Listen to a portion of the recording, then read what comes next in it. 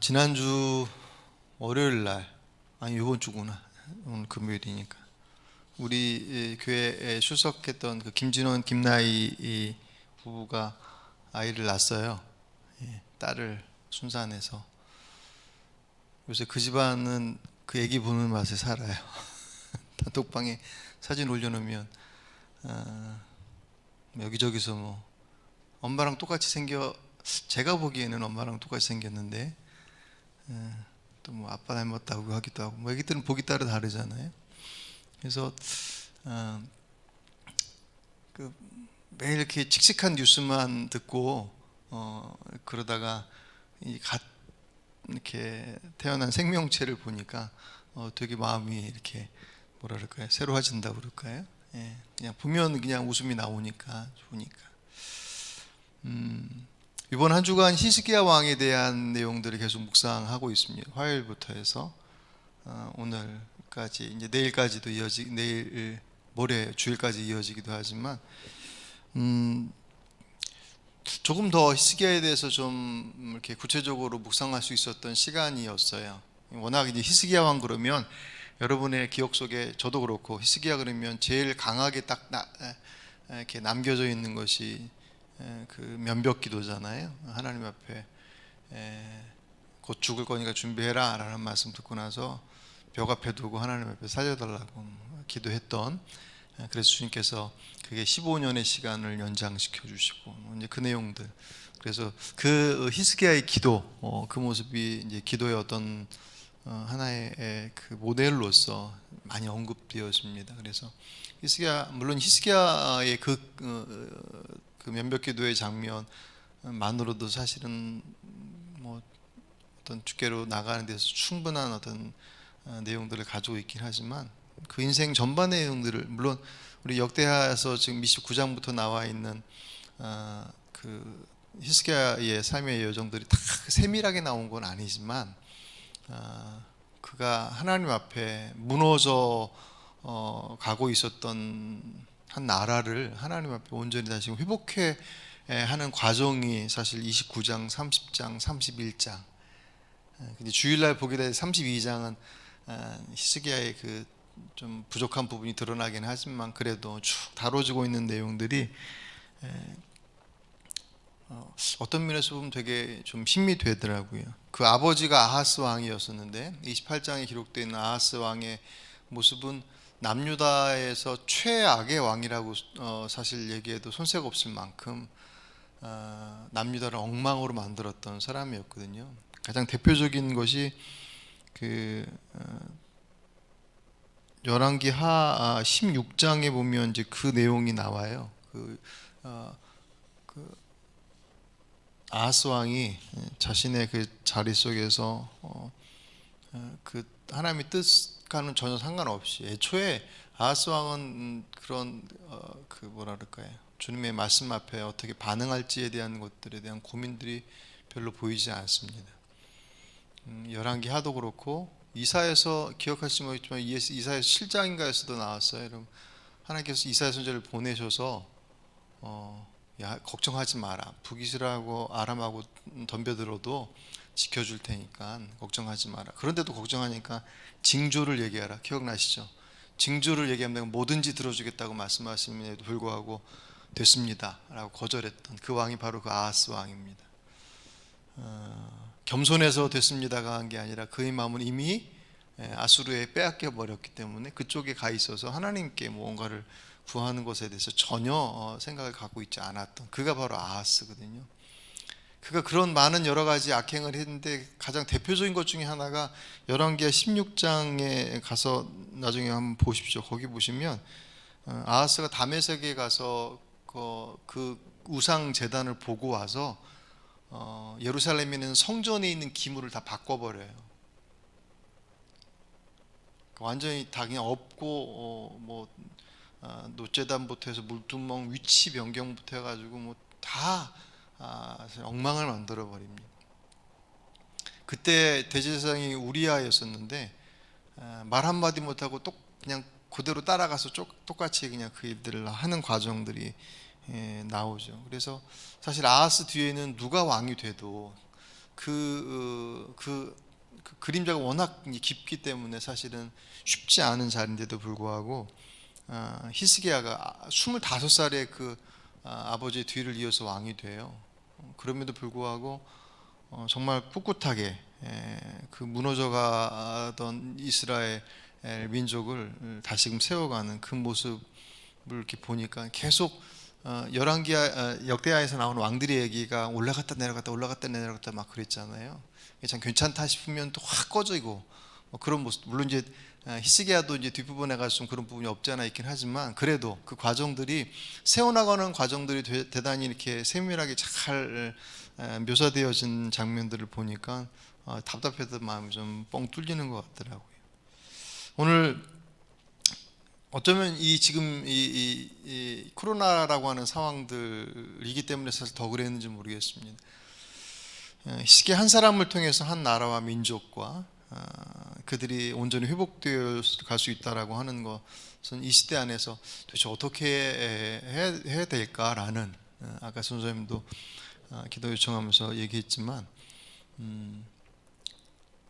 우리가 자유롭게 할 수 있는 상황들 속에서도 사실은 제대로 잘 못했던 것들이 분명히 보였는데 이제 그 자유롭게라고 하는 것마저도 제한되는 상황 속에서 도대체 어떻게 하는 것이 그냥 별 관심이 없는 사람들에게서는 뭐 그러나 저러나 별 상관이 없을 거예요. 오히려 훨씬 더 편해질 수 있는 그런 상황들이라고 생각하지만 영적인 내용들을 보면 틀림없이 위기인 것은 사실이거든요.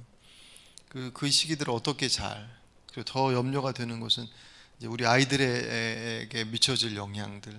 그 아이들이 살아갈 시대는 지금보다 훨씬 더 위중한 어떤 상황들이 훨씬 더 자주 다가올 텐데 그것에 잘 대응할 수 있는 믿음의 사람들로 세워나가는 데 있어서 지금의 시간들이 대단히 중요한 시간들이니까 어떻게 라고 하는 그 물음이 어느 때보다도 사실 더 심각하게 던져지는 때예요.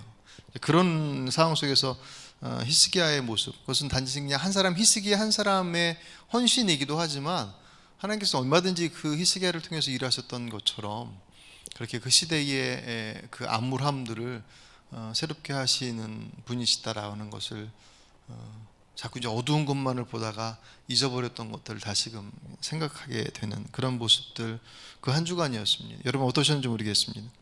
오늘 우리가 읽은 31장 1절부터 10절까지 보셨지만 내일 본문 보시면 21절까지 쭉 이어져 있습니다. 근데 사실 히스기야의 사역을 총 정리하는 구절이 뒷부분 끝부분에 나와요. 20절, 21절 한번 같이 한번 보실까요? 여러분 성취하셨으니까 31장 20절, 21절 같이 있습니다. 히스기야가 온 유다에 이같이 행하되 그의 하나님 여호와 보시기에 선과 정의와 진실함으로 행하였으니 그가 행하는 모든 일 곧 하나님의 전에 수종드는 일에나 율법에나 계명에나 그의 하나님을 찾고 한 마음으로 행하여 형통하였더라. 아멘. 하나님 보시기에 제일 중요한 단어죠. 주님 보시기에 선하고 그리고 성실해 정직하고 진실하게 행했고 모든 일을 함에 있어서 하나님을 찾았고 한결같은 마음으로 행했다. 그래서 하나님께서 그에게 형통함을 허락하셨다라고 하는 이 장면은 사실은 처음 들어보는 얘기는 아니죠. 그죠? 이 원리, 형통의 원리는 우리가 익히 알고 있는 내용입니다. 이제 문제는 어떻게라고 하는 이제 구체적인 방법과 내용으로 들어가서는 이제 달라지는 거죠. 그래서 그런지 저는 오늘 본문을 쭉 보면서 구체적인 내용을 들어가는 것도 그렇지만 그 회복해 나가는 과정들이 형식들을 계속 만들어가는 과정들을 사실 보게 돼요. 무슨 얘기냐면 오늘 본문의 앞부분에서 그 이전에 29장 30장에서 보시면 영적 회복을 이루는 데 있어서 개인의 성결을 강조하고 그리고 무너진 성전을 다시 보수하고요. 아까 말씀드렸던 아하스 아버지가 다 뒤집어 놨던 자리들 다 정돈해 놓고 그리고 절기를 회복시키면 대표적으로 6월절을 회복하는데 꽤 많은 시간과 노력을 들여요. 그런 과정들. 그리고 오늘 본문의 내용을 보시면 제사장과 레위인들의 직임, 그들의 위치나 그들의 맡겨진 역할들에 대한 것들을 정리하고 그리고 성전이 원활하게 돌아갈 수 있는 재정적인 내용들에 대한 것들을 정돈해 나갑니다. 그 과정 속에서 히스기야가 자신의 재물의 일부를 헌물을 해요.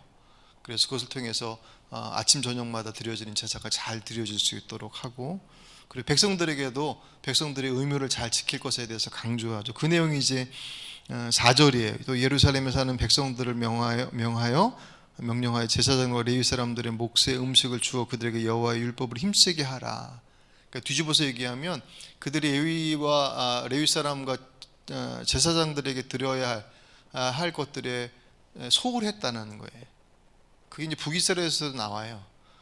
그래서 제사장과 레위인들이 정해져 있는 자신들의 성을 벗어나서 다른 곳으로 이동하는 장면이 나오는 대표적인 사건이 사사기예요.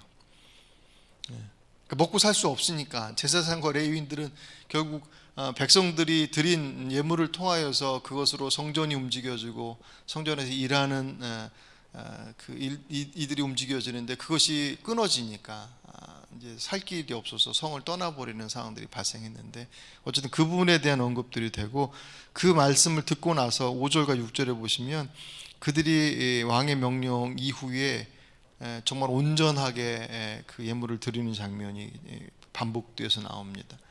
그러니까 11조라고 하는 것으로 명명된 것은 그것이 성전 안에서 사용되어지는 가장 중요한 재정적 어떤 도구였기 때문에 그래요. 그러니까 풍성하게 드려졌다. 이게 나중에 사독 제사장, 그러니까 사독의 후손인 아사랴 제사장에게 물었더니 너무 많이 주셨나. 하나님께서 큰 복을 부어 주셨다. 그들이 제대로 했다라고 하는 것과 더불어 하나님께서 그들에게 부어 주신 것들이 더 풍성했다. 뭐 그런 의미가 복합적으로 있겠죠. 어쨌든 그렇게 해서 그들 안에 어떤 이제 성전이 원활하게 돌아가기에 넉넉한, 그러니까 그 다음에 나오는 것이 뭐냐면 그 재물을 관리할 수 있는 방을 만들고 그리고 책임자를 세우고 막 그 과정들이 쭉 나와요. 그래서 어떻게 보면 히스기야가 왜 이렇게 이런 것들 다 좀 막 만들어 가나, 하나님의 은혜가 그에게 임해서 그들 안에서 오늘 말씀도 그랬죠. 그들이 하나님 앞에 예배드리는데 너무 그 안에서 기쁨과 즐거움이 넘쳐나서 드렸던 절기를 한 주간 더 연기해서 한 주간을 더 드리고 막 그런 장면들이 막 나오거든요. 그러니까 정말 충만했던 거예요. 오늘 본문도 그런 의미 속에서 왕이 명령을 내리니까 드려진 예물이 넘쳐났다라고 하는 것 자체가 이미 백성들의 마음이 얼마나 영적으로 충만해 있는지를 알 수 있는 장면이에요. 그러니까 사실 이거 억지로 무슨 교육하셔야 된다 그런 측면으로서 접근할 부분들이 아니에요. 영적으로 회복되어지면 본인이 서야 될 자리가 무엇인지도 알게 되고, 그런데 제가 계속 봤던 것이 뭐냐면 계속 그런 어떤 형식들을 만들어 가는 거예요. 근데 우리가 제가 자주 설교하는 내용도 그렇지만 우리가 워낙 형식주의나 율법주의라고 하는 것에 대해서 민감하게 반응해 왔기 때문에 사실 그런 것들 자체가 필요 없는 듯 착각하는 경우도 종종 있습니다. 근데 그렇지 않습니다. 저도 이제 모태신앙이지 않고 중간에 사실은 이제 신앙 생활을 했고 거듭남을 경험했기 때문에 형식에 대해서는 상당히 좀 유연한 편이에요. 근데 이제 모태신앙으로 어렸을 때부터 훈련을 받아온 사람들은 어떤 형식 안에서 움직여지는 것들을 대단히 편안하게 여깁니다. 뭐 그게 나쁘고 좋다고의 의미가 아니에요. 근데 중간에 거듭 신앙생활을 하신 분들은 그런 형식이라고 하는 부분들이 훨씬 더 유연해요. 조금 다른 얘기겠지만 유대인들이 신앙생활하는 것과 이방인들이 예수 믿어서 신앙생활하는 것하고의 차이일 수도 있습니다. 그런 차이들이기 때문에 중간에 믿은 사람들은 형식에 대한 부분들을 그렇게 중요하게 여기지 않는 경향들이 사실 좀 있어요. 그리고 그럴 때쯤이면 늘 이제 형식주의나 율법주의가 와서 자꾸 이제 시비를 거니까 왜 그렇게 하냐, 왜 그렇게 안 하느냐. 예수 믿어 복음으로 예수 믿어 구원 받았는데 자꾸 이것저것 요구하는 내용들이 왜 그것 때문에, 우리 그것 때문에 구원받는 게 아닌데 예수로 인하여서 구원받는 것인데 라고 하는 그 생각들 때문에 형식에 대한 강조들이 어떻게 보면 대단히 좀 이렇게 부정적으로 남겨져 있는 경우들이 많이 있습니다. 그런데 뒤집어 보면 그런 형식들이 과연 왜 만들어졌는가라고 하는 것이에요. 그러니까 필요하니까 만들어졌겠죠. 근데 그 필요해서 만들어진 것이 제 기능을 못하니까 문제가 되는 것일 뿐이지. 히스기야 왕이 계속 그 하나님의 은혜가 회복되어지는 과정 속에서 말씀의 자리로 그들을 불러오고 성전이라고 하는 건물을 회복시키고 기능을 회복시키고, 그죠? 그 또한 하나의 형식을 다시금 재조정해서 만들어가는 것들이거든요.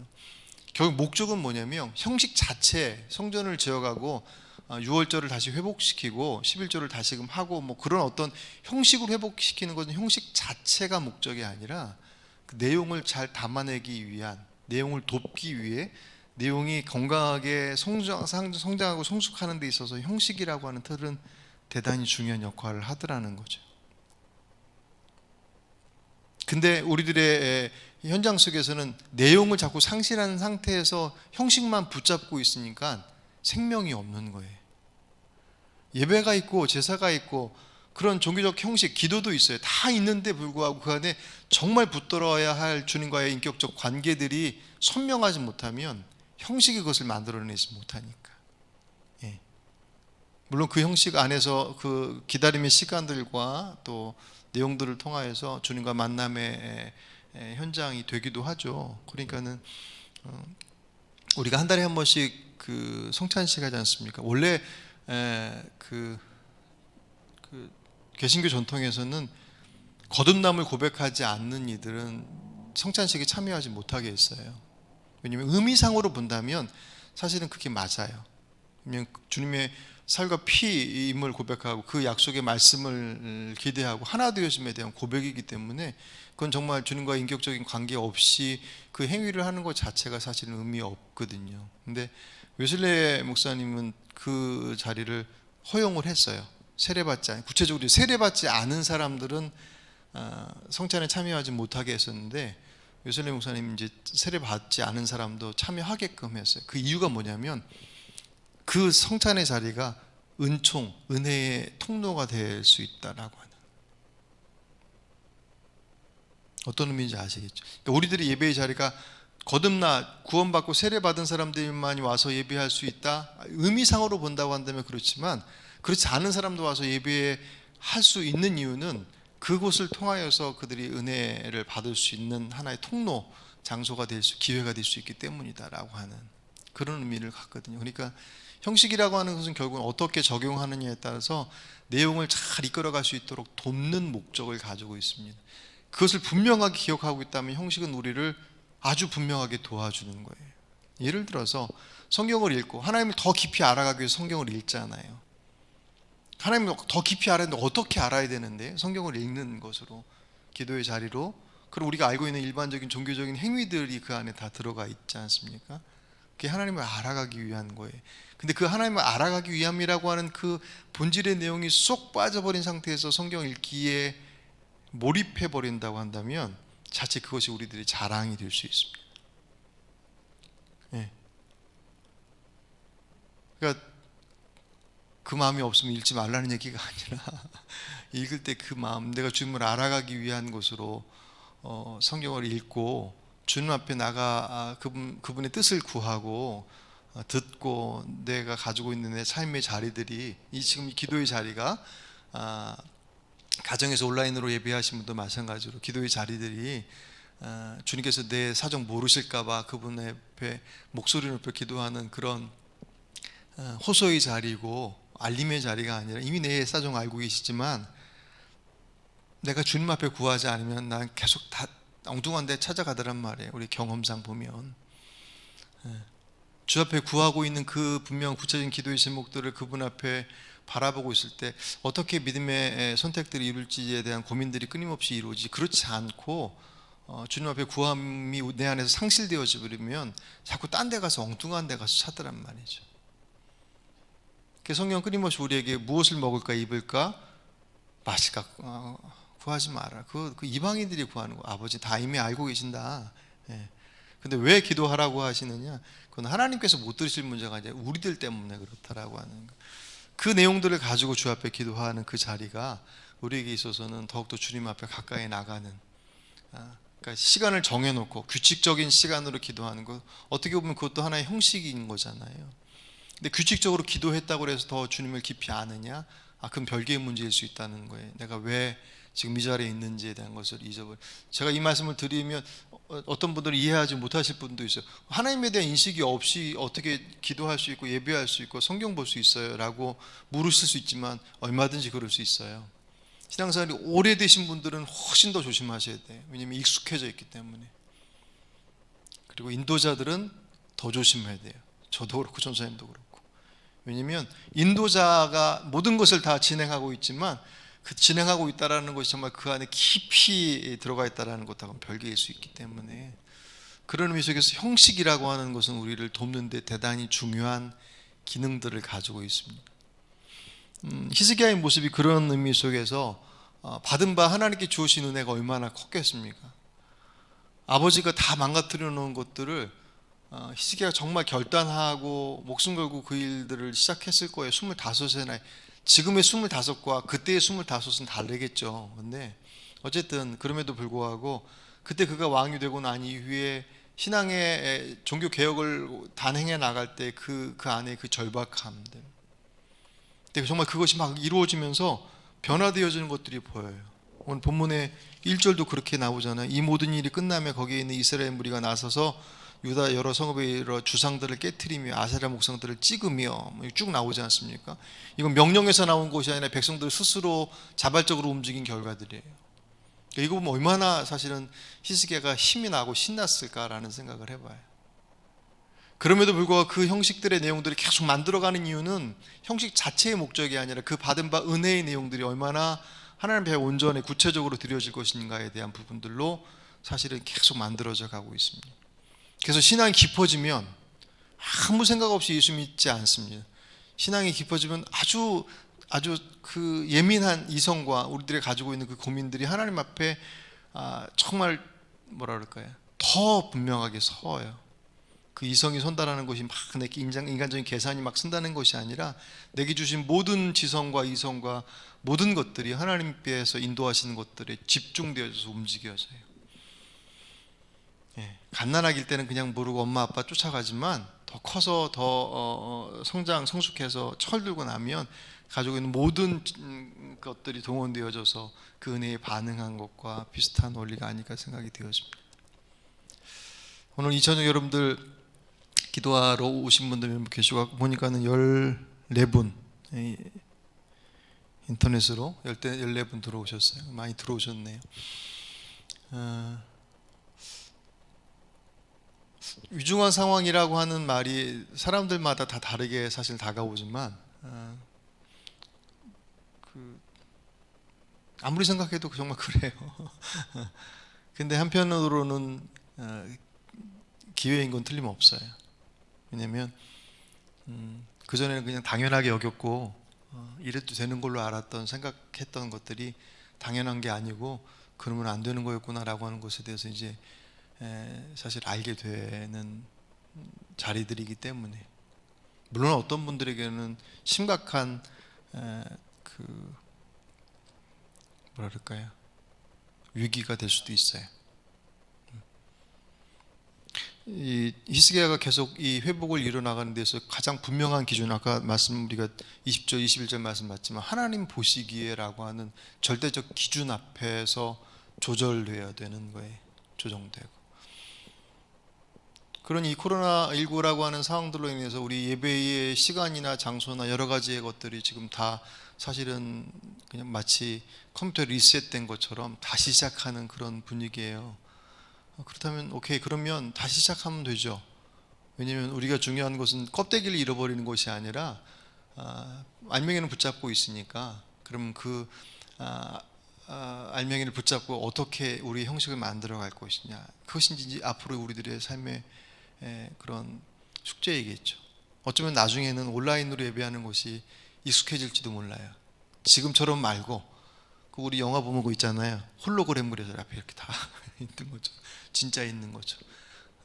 어쨌든 이 시대를 살고 있는 우리들의 몸이나 우리들의 어떤 상황들은 아직은 온라인이기보다는 오프라인에 훨씬 더 익숙해져 있고 그 속에서의 내용들이 우리를 만들어 왔기 때문에 그 영향이 훨씬 더 큰데, 우리 아이들이 살아갈 시대에는 지금과는 훨씬 더 많은, 그래서 그때는 어떤 형식일까라고 하는 그 형식의 내용들이 지금 생각하는 것들을 훨씬 더 뛰어넘을 것들이 얼마든지 있습니다.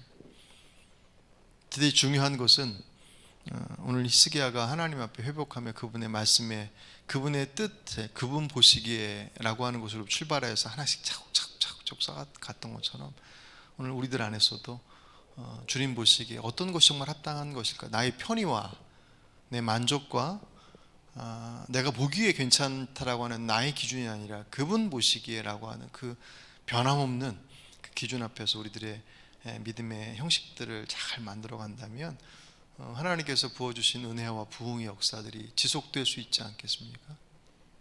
그런 기대를 갖습니다.